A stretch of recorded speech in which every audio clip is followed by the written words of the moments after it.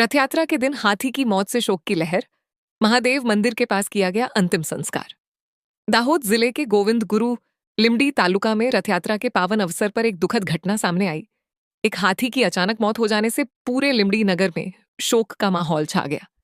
घटना की सूचना मिलते ही वन विभाग के अधिकारी के एन खेर सहित विभाग के वरिष्ठ अधिकारी मौके पर पहुंचे और आवश्यक कार्रवाई शुरू की। इसके बाद स्थानीय लोगों एवं वन विभाग की मौजूदगी में महादेव मंदिर के पास हाथी का सम्मानपूर्वक अंतिम संस्कार दफन विधि किया गया। हाथी की मौत के कारणों का पता लगाने के लिए वन विभाग द्वारा जांच की जा रही है।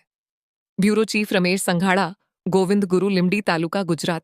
मुकामे पहली सवार में अमने मैसेज मळ्या कि एक हाथीનું मृत्यु થયું છે, જે સંદર્ભે અમારી ટીમ દ્વારા સ્થળ પર આવી વેટરનરી ડૉક્ટર પેનલ ડૉક્ટરની હાજરીમાં હાથીનું પીએમ કરવામાં આવ્યું અને આગળની પ્રક્રિયા ચાલુ છે।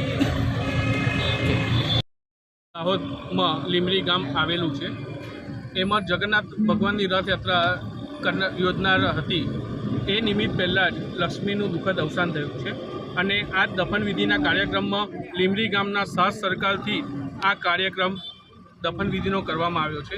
એ બદલ જલારામ પરિવાર હનુમાન ટેકરી મંદિર તરફથી સમગ્ર લીમડી ગામનો અમે ખૂબ ખૂબ આભાર વ્યક્ત કરીએ છીએ અને દુઃખદમાં સહભાગી થવા બદલ એ સૌનો હૃદયપૂર્વક આભાર માનીએ છીએ।